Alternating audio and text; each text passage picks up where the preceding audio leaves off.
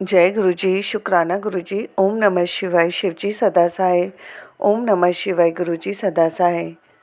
ओम नमः शिवाय। शिव जी सदा सहाय। ओम नमः शिवाय। गुरु जी सदा सहाय।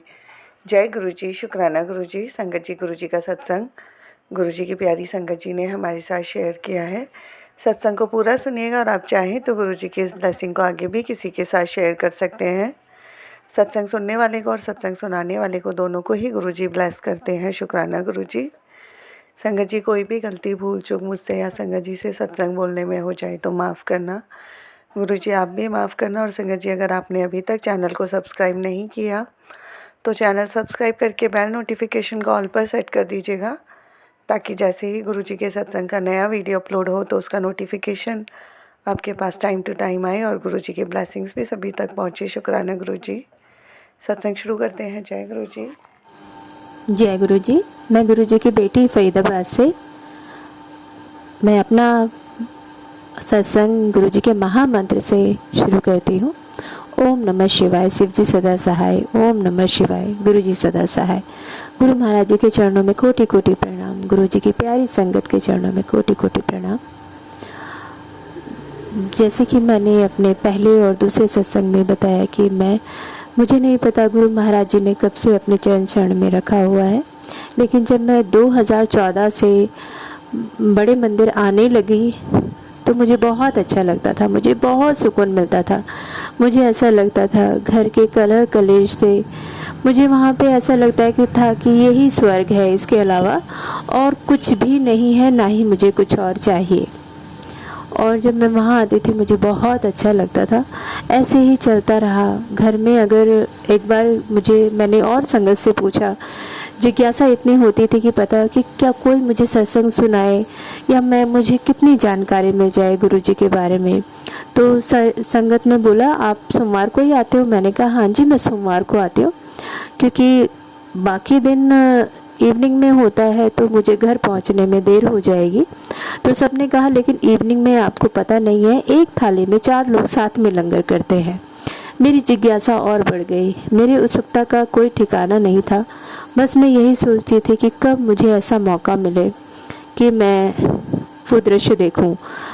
तो मैंने एक दिन प्लान किया और मैं इवनिंग में थोड़ी जल्दी आ गई कि जल्दी आऊँगी और तो जल्दी घर वापस हो जाऊँगी हस्बैंड के घर आने से पहले पहले। पर ऐसा नहीं संभव हो पाया, क्योंकि 2 घंटे तक वहाँ पर सत्संग चलता है, शबद गुरबाणी चलती है, उसके बाद ही प्रसाद का वितरण होता है, लंगर प्रसाद का। तो मैंने देखा कि 8 से ज़्यादा मुझे मंदिर में ही हो गए थे। फिर भी मैंने सोचा गुरुजी महाराज जी मुझे अब लाए हैं, मुझे बुलाया है तो मुझे घर भी पहुंचा देंगे। मुझे रास्ते में भी मैं डर रही थी, क्योंकि मेरा मेट्रो स्टेशन जहाँ पे मुझे उतरना होता है, जहाँ से मैं ऑटो लेती हूँ, वो बदरपुर बॉर्डर है। वो ऐसा ही एरिया है जहाँ पे थोड़े अच्छे लोग नहीं रहते। तो फिर भी वहाँ पर भी मुझे कोई दिक्कत नहीं हुई। गुरु महाराज जी ने मुझे ऑटो से यहाँ तक पहुँचा दिया, मेरे घर तक। पर वही कि घर में आते ही हस्बैंड बहुत ज़्यादा शोर मचाया, उन्होंने लड़ाई झगड़ा किया, अब्यूजिंग वर्ड बोले।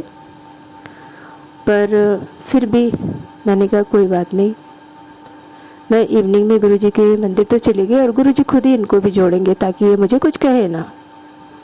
ऐसे होता रहा। 2014, 15, 16, 17 में संगत जी मेरे हस्बैंड जो हैं वो बैंक में जॉब करते हैं और गोल्ड लोन विभाग में, HDFC में। तो वहाँ पे ओकेजन्स के कोई फेस्टिवल था या ऐसे, उनके 2-3 दिन लगातार छुट्टी थी। तो मैंने बोला कि आपकी 3 दिन लगातार छुट्टी है, आप एक दिन मुझे बड़े मंदिर ले चलो, गुरुजी के आश्रम। तो इन्होंने मुझे बोला जो चीज़ मुझे पसंद नहीं है तो गुरुओं के चक्कर में क्यों पड़ती है। मैंने बहुत समझाया कि गुरुजी अभी नहीं है उसमें, चोला उन्होंने साक्षात नहीं है वो। मैंने बहुत अपने हर तरह से समझाया, पर उनका वही हाल रहा। पर फिर भी मैंने भी अपना पूरा, मैं गुस्सा हो गई। मैंने कहा आप हमेशा ही ऐसा करते हैं, ये है वो है। तो उन्होंने कहा कि अच्छा ठीक है, मैं तुम्हें ले चलता हूँ। तो वो तैयार हो गए और मैंने रास्ते में उनसे पूछा कि ऑफिस बैंक में कैसा चल रहा है आपका। तो उन्होंने बोला क्या अच्छा नहीं चल रहा है, मुझे जॉब से निकालने की साजिश चल रही है। इतना ही उनका कहना था कि मैंने बोला कि ठीक है, अभी आप गुरुजी के आश्रम जा रहे हैं ना, गुरु महाराज जी की गद्दी के सामने उस समय मत्था टेकते थे, बिफोर कोविड मत्था टेकते थे। तो मैंने कहा गद्दी के आगे आप मत्था टेकना और अपने जो भी आपकी समस्या है वो मन ही मन गुरुजी को बोल देना।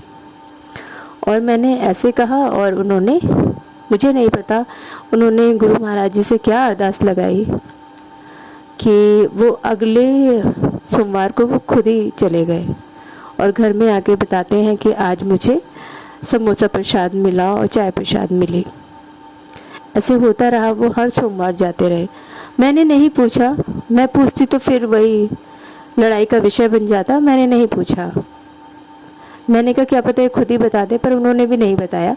पर वो ये था कि जो गुरुजी के नाम से भी नफ़रत करते थे वो खुद ही अब मंदिर जाने लग गए।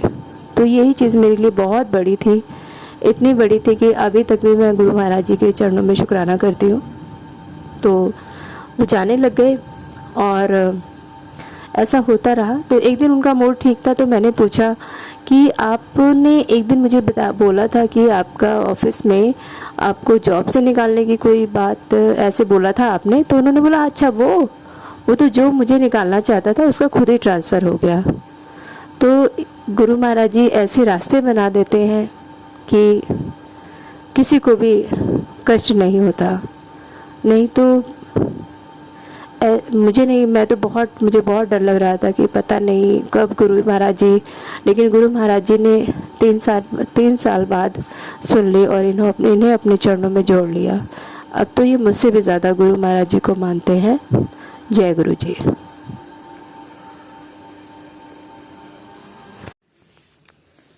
जय गुरु जी, शुक्राना गुरु जी। मैं गुरु जी की बेटी फरीदाबाद से। नाम और पहचान सब गुरु जी की ही देन है। ये समझने में बहुत समय लगा। 2010 में जब मैं पढ़ाती थी एकेडमी में, तो एक स्टूडेंट ने मुझे बताया भी था गुरु जी की महिमा। उन्होंने जय गुरु जी लिखा हुआ था अपनी वैनिटी पर। तो मैंने पूछा ये क्यों लिखा हुआ है।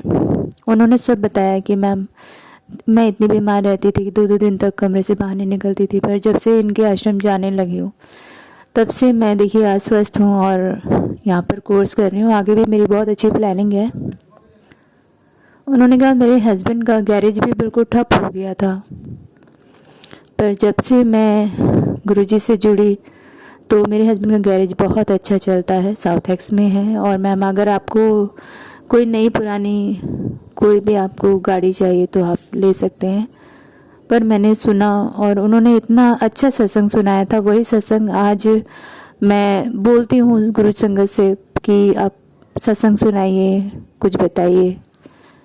पर उस समय वो मुझे बता रही थी सत्संग जो भी उन्होंने सुनाया, उस समय पे सिर्फ बस एक ऐसा लग रहा था जैसे कोई अपनी परेशानी बता रहा है, बस सिर्फ बातें कर रहा है, बातों के अलावा कुछ भी नहीं लगा। और ना ही मैंने इतना ध्यान दिया, ना ही मैं गुरुजी के आश्रम गई। पर 2014 में जब मुझे गुरुजी की संगत ने बताया कि मैं चाय प्रसाद और समोसा प्रसाद खा के आया हूँ, तो मुझे वही सब बातें याद आ गई और मेरा मन किया कि मैं भी गुरुजी के आश्रम जाऊँ। और मैंने बोला कि आप मुझे बता देना एड्रेस, पे चली जाऊँगी। पर उस समय भी मैंने जो बहुत बड़ी गलती की वो यह थी कि मैंने गुरुजी से कहा कि गुरुजी आप मुझे पहले अपना मंदिर दिखाओ, क्योंकि मैं गुरुओं पे यकीन नहीं करती। आज मैंने वो जो शब्द कहे गुरुजी, मैं उस शब्दों के लिए बहुत बहुत माफ़ी मांगती हूँ। पर ये गलती की है मैंने, और गुरु महाराज जी ने मेरी नादानी को भी सपने में दिखा दिया कि ये मंदिर मैंने मंदिर सपने में देखा था, ऐसा ही देखा था, वाइट टाइल्स थी और बस शिवलिंग नहीं देखा था। मैंने वाइट टाइल्स देखी, लाइनें देखी और महाराज जी बैठे हुए थे। बस फिर क्या था ना, फिर मैंने सोचा कि क्या पता ऐसा ही सपना हो जो अक्सर झूठे सच्चे हमें दिखाई देते हैं। और मैंने गुरुजी के आश्रम में सिर्फ इसलिए गई कि ये मंदिर ऐसा है या नहीं जो मैंने सपने में देखा। संगत जी वैसा ही था, सब कुछ वैसा ही था। लाइनें लगी हुई थी, वाइट टाइल्स लगी हुई थी और बस शिवलिंग नहीं दिखाई दिया था मुझे, पर मुझे दिखाई दिया था। फिर मुझे अच्छा लगा, आत्मा को बहुत शांति मिली और मन में यही हुआ कि यही स्वर्ग है, इसके अलावा कुछ भी नहीं है। बस ऐसे ही मेरी जर्नी मैं आती रही। और गुरु महाराज, जब मैं पहली बार गई तो इतना झोंका एक हवा का, फूलों की, ऐसे गुलाब के फूलों का मेरे मुंह पर आया, जिससे मुझे ऐसा लगा कि पता नहीं कौन इतना स्ट्रॉन्ग डिओ या परफ्यूम लगा के आया है। और बस मन को अच्छा लगता था, शांति मिलती थी, क्योंकि घर में बहुत ज़्यादा कलेश थे और वहाँ जाके बहुत सुकून मिलता था। तो मैं जाने लग गई। जय गुरु जी। बस उसके बाद तो मेरी ऐसे दिन बदले हैं कि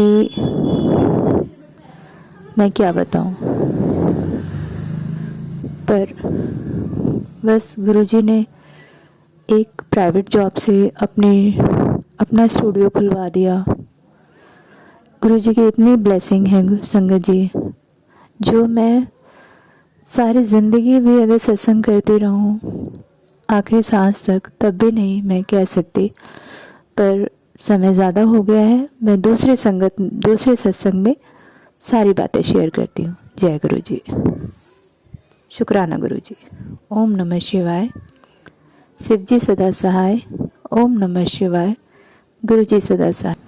जय गुरु जी। मैं गुरु जी की बेटी फरीदाबाद से, यह मेरा दूसरा सत्संग है। मैं गुरु जी महाराज जी के चरणों में कोटि कोटि प्रणाम करती हूँ, उनकी प्यारी संगत को कोटि कोटि प्रणाम करती हूँ। ओम नमः शिवाय। शिव जी सदा सहाय। ओम नमः शिवाय। गुरु जी सदा सहाय। जैसे कि मैंने आपको पहले सत्संग में बताया कि 2014 से मैं गुरु जी के दरबार में आने लगी। हर मंडे को आती थी। और एक बार ऐसा हुआ कि उस दिन जिस दिन मैं आई, गणेश चतुर्थी का दिन था। और उस दिन मुझे संगत जी, मैं बहुत शर्मिंदा हूँ, क्योंकि मुझे गुरुजी के मंदिर में जब भी मैं जाती हूँ मुझे बहुत भूख लगती है। ऐसा भूख लगती है, अगर मुझे एक समोसा प्रसाद मिलता है तो मुझे ऐसा लगता है कि काश मुझे 2 मिल जाए, या ऐसा मुझे हमेशा ही लगता है।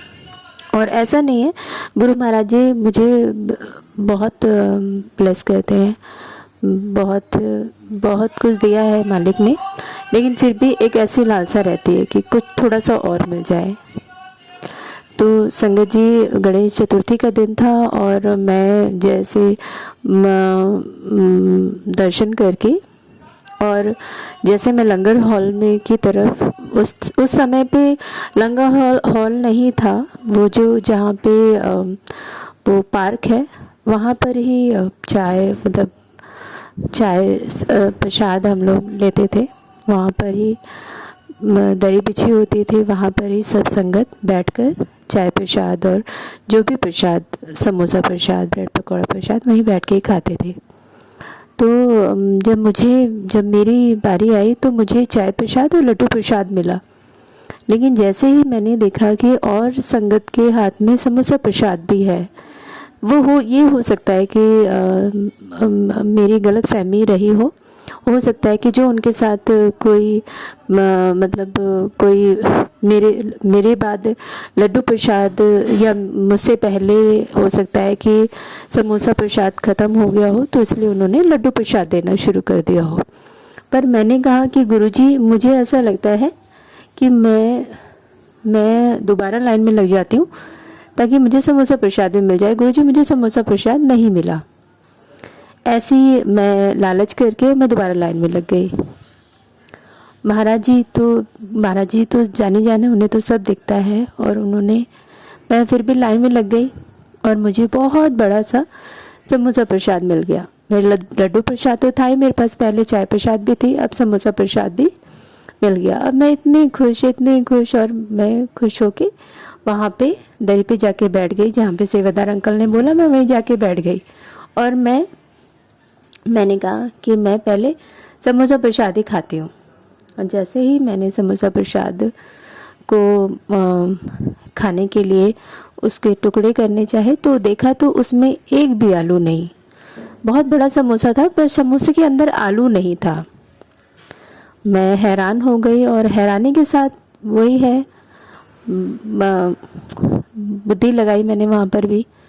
और मैं क्या बताऊँ संगत जी, मैंने बोला कि ज़रूर जहाँ से ये समोसा प्रसाद आता है, जहाँ से, जिस होटल से या जहाँ से भी, तो वहाँ से लग रहा है उन्होंने आलू डालना भूल गए हैं। और मैंने वो समोसा प्रसाद जैसे ही कवर था, मैंने वो खा लिया, और लड्डू प्रसाद भी खा लिया, और चाय प्रसाद भी लेके जय गुरु जी करके आगे लेके और आ गई। बस फिर भी मैं इस बात को सोचती रही कि ऐसे कैसे हो गया कि आलू प्रसाद नहीं था। फिर मैंने कहा चलिए कोई बात नहीं, तो बस ऐसे ही चलता रहा। अभी यही सत्संग मैंने 2024 में एक संगत के साथ मेट्रो में डिस्कस किया। तो मैंने जैसे ही उनसे पूरा सत्संग उनको सुनाया ये समोसे वाला, तो उन्होंने कहा कि गुरुजी ने आपका कोई कष्ट समोसे के द्वारा निकाला है। आलू नहीं था, इट मीन्स कि आपका कोई कष्ट गुरुजी ने निकाल दिया। कोई बीमारी थी जो गुरुजी ने आलू के साथ निकाल दी। तो संगत जी, मैं यही बताना चाहूँगी कि मुझे उस दिन, ये बात है 2016 या 17 की है, मुझे सन नहीं याद ठीक से, लेकिन अभी 2024 में जब मेरे को गुरुजी की संगत ने अभी इस बात को कहा तो मुझे वो बात याद आ गई कि ऐसे एक बार क्या हुआ था कि मेरे साथ 2005 की बात है कि मेरे को दाढ़ में बहुत दर्द था। तो मैंने डेंटिस्ट को दिखाया तो उन्होंने कहा कि आपको ये निकलवाना पड़ेगा क्योंकि एक्सरे में दांत टेढ़ी है, जो जाड़ है ये टेढ़ी है। तो मैंने कहा ठीक है निकाल दीजिए। तो उन्होंने निकाला और उन्होंने उसके बगल वाला भी निकाल दिया। दांत दर्द तो ठीक हो गया, अब ऐसे चलता रहा। फिर 2017 में वहाँ पे कुछ एक दांत जैसे ही कुछ उगने लग गया, तो बड़ी दिक्कत हो रही थी क्योंकि बार बार वहीं ध्यान जा रहा था कि ये क्या है। मैंने छोटे मोटे डॉक्टरों को दिखाया, उन्हें समझ में नहीं आया कि ये क्या है। तो मैंने होली फैमिली हॉस्पिटल में दिखाया, उन्होंने सीटी स्कैन किया तो उन्होंने बोला यहाँ पे एक ट्यूमर है आपके, इसका ऑपरेशन करना पड़ेगा और ऐसे ऊपर से ऐसे काट के हम इसे निकाल देंगे। तो मैंने बोला अब ऊपर से काटेंगे तो निशान भी दिखेगा। फिर उन्होंने अमाउंट भी बताया थोड़ा ज़्यादा, तो मैंने कहा कि अब मैं सफदरजंग में दिखाती हूँ। मैंने सफदरजंग में दिखाया तो वहाँ पे उन्होंने बोला, दिखाया मेरे को, एक्सरे दिखाया, सीटी स्कैन दिखाया, उसमें वो एक पोटली जैसा दिख रहा था वो। तो उन्होंने फिर उसको अंदर से कट करके और निकाल दिया। तो बस मुझे वही बात याद आई कि गुरुजी ने मेरा वो वाला कष्ट ऐसे निकाल दिया। तो क्योंकि ऐसा संभव नहीं था, मैंने जितने डॉक्टरों को दिखाया उन्होंने सब ने कहा कि इधर स्किन के ऊपर से कट लगेगा, ये है। और तो लेकिन सफदरजंग वालों ने, जो सफदरजंग में मैंने दिखाया, तो उन्होंने जिस तरह से उसका अंदर से ही ट्रीटमेंट करके, और अभी भी वो निशान पता ही नहीं चलता किसी को अगर मैं नहीं बताती कि मेरा ऐसा ऑपरेशन हुआ था, तो कोई कह नहीं सकता। लेकिन इतना बड़ा कष्ट था। मैं शुक्राना करती हूँ मालिक का। उस टाइम पे भी शुक्राना कर रही थी, लेकिन मैं शुक्राना कर रही थी, लेकिन मैं गुरु महाराज जी की को नहीं जानती थी, नहीं जुड़ी थी गुरु परिवार से, लेकिन गुरुजी हमारे साथ, मेरे साथ तब से हैं, कब से हैं मुझे नहीं पता, कितने जन्मों से हैं मुझे नहीं पता। इसलिए मैं कोटि कोटि शुक्राना करती हूँ मालिक का। तो मैं उस महिमा को, जो कि मैं इतने दिनों से मैं सोचती थी किसी से कैसे कहूँ कि ऐसे कोई यकीन नहीं करेगा कि समोसे में आलू नहीं था, क्योंकि अगर समोसे में आलू नहीं होता तो वो शायद फ्राई हो ही नहीं पाता। कैसे फ्राई करते, वो तो स्टैंड ही नहीं हो पाता। तो ऐसे बहुत सारे सवाल जवाब ऐसे चलते थे, लेकिन मैंने कहा अब मैं सत्संग, बस मैंने वो सेवादार, उन्होंने बोला मैं भी गुरुजी के आश्रम जा रही हूँ, तो मैंने कहा कि उन्होंने मुझसे पूछा कब से जुड़े हो, मैंने अपना सत्संग सुनाया, तो उन्होंने ऐसे बोला, तो मुझे समझ में आया कि गुरुजी ने कैसे मेरा कष्ट काटा। मैं कोटि कोटि शुक्राना करती हूँ, अनंतम शुक्राना करती हूँ। और भी ऐसे बहुत सारे सत्संग हैं जो मैं शेयर करना चाहती हूँ, लेकिन मुझे नहीं समझ में आता कि सत्संग कैसे शेयर किया जाता है, मतलब। तो मैं माफ़ी चाहूँगी गुरु महाराज जी से, सारी संगत से। मैं कोशिश करती हूँ कि आपको बहुत अपने सत्संग सारे बहुत अच्छे से सुनाऊँ, तो मैं कोशिश करती हूँ अगले सत्संग में सुनाने के लिए। जय गुरु जी। जय गुरु जी, शुक्राना गुरु जी, थैंक यू संगत जी। गुरु जी की ब्लेसिंग हम तक पहुंचाने के लिए आपका शुक्रिया, शुक्राना गुरु जी। सर्वदा भला हो गुरु जी। जय गुरु जी प्यारी संगत जी।